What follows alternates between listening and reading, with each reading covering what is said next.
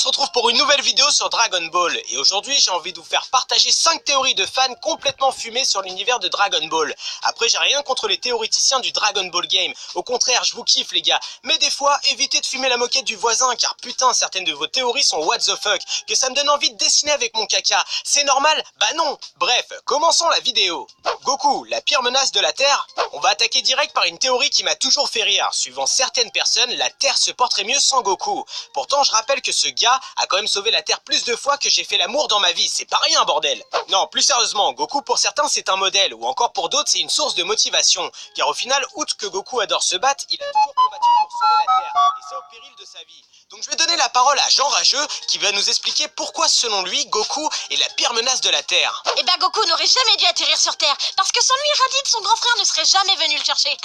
Dr Gero alors n'aurait jamais conçu les androïdes et Cell, Boo ne serait jamais sorti de son cocon, Beerus n'aurait jamais cherché le Super Saiyan God aperçu dans son rêve, Zamasu n'aurait jamais essayé. Mais ta gueule j'ai envie de te dire, car sans Goku le manga n'aurait plus de sens. C'est comme si ton père avait mis une capote, et bah tu serais pas là. Ouais, bah ça n'empêche que sans Goku le monde se porterait mieux. Exemple, quand il est mort contre Cell, la Terre a vécu un grand moment de paix, et comme par hasard il revient et tout repart en chewing-gum. La mère de Bulma est une androïde. Cette deuxième théorie est pas mal, j'avoue. Selon certaines personnes, la mère de Bulma serait une androïde. Et c'est vrai que pendant tout le manga, Panchi ne prend pas une seule ride, ce qui est perturbant. Car Akira Toriyama avait dit à l'époque de la sortie du film Battle of God que les parents de Bulma avaient environ 70 ans. Mais je pense que Jean Rageux peut nous en dire plus. Docteur Bref est un savant fou qui a enlevé une jeune femme à l'époque car il était trop moche pour pécho. Il l'a ensuite transformée en androïde puis conditionnée pour qu'elle soit sous ses ordres. Mais secrètement au fond d'elle, elle criait au désespoir. Et pour ceux qui me disent que c'est pas possible car ils auraient pas pu avoir d'enfants, faux et encore faux. Car rappelez-vous que C18 et Krillin ont fait crac crac boum boum pour avoir marron.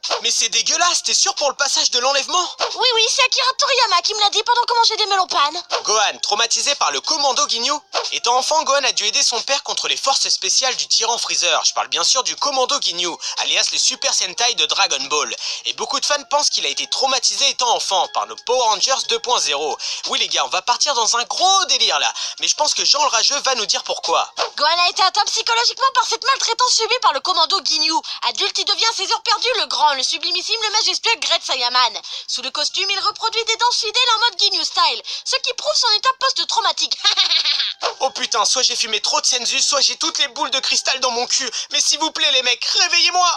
Les demi-saiyans sont plus puissants grâce à leurs glandes surrénales. Cette théorie est souvent mise sur le tapis. Les demi-saiyans seraient plus puissants que les saiyans purs. La plupart des arguments donnés par les personnes qui ont cette conviction, c'est soit le passage de Gohan SSJ2 contre Cell, ou soit par le fait que Goten et Trunks peuvent se transformer en Super Saiyan, et ça malgré leur très jeune âge. Mais attention, Jean le Rageux me dit qu'il a une preuve irréfutable. Écoutons bordel. Donc la mise en danger de l'individu ou de l'un de ses proches crée une augmentation de puissance grâce à l'émotion vécue à l'instant T. Ce qui explique pourquoi Gohan a pu passer le stade de Super Saiyan 2 contre Cell. Les demi-Saiyans sont plus puissants que les Saiyans purs grâce à leur métissage humain, car les humains véhiculent plus d'émotions que les Saiyans purs souches. Je m'explique.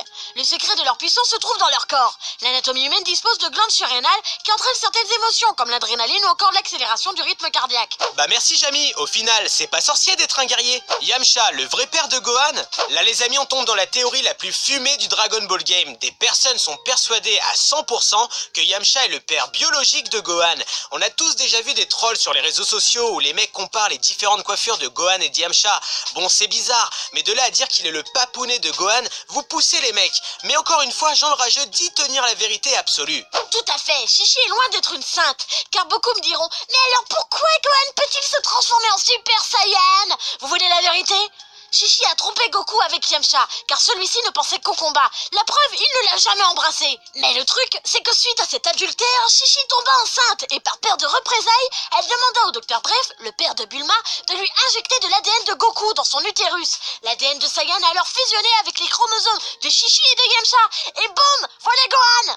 Oh putain, là franchement je sais plus quoi dire. Bah ta gueule alors. Voilà les amis, la nouvelle vidéo se termine, j'espère qu'elle vous aura plu. N'hésitez pas à me dire par commentaire les théories les plus folles que vous avez entendues sur Dragon Ball. N'oubliez pas de liker, de partager et surtout abonnez-vous à la chaîne YouTube. Sur ce, moi je vous laisse, tchuss. Des tricératops, des tricératops. Des tricératops, des tricératops. Des tricératops, des tricératops. Des tricératops, des tricératops. Aujourd'hui, je vais insulter tes mères.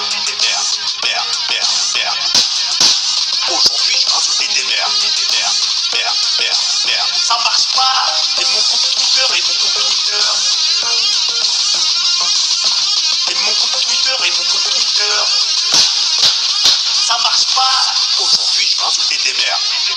Ça serait une fois, je dis, oh, aujourd'hui, je vais insulter.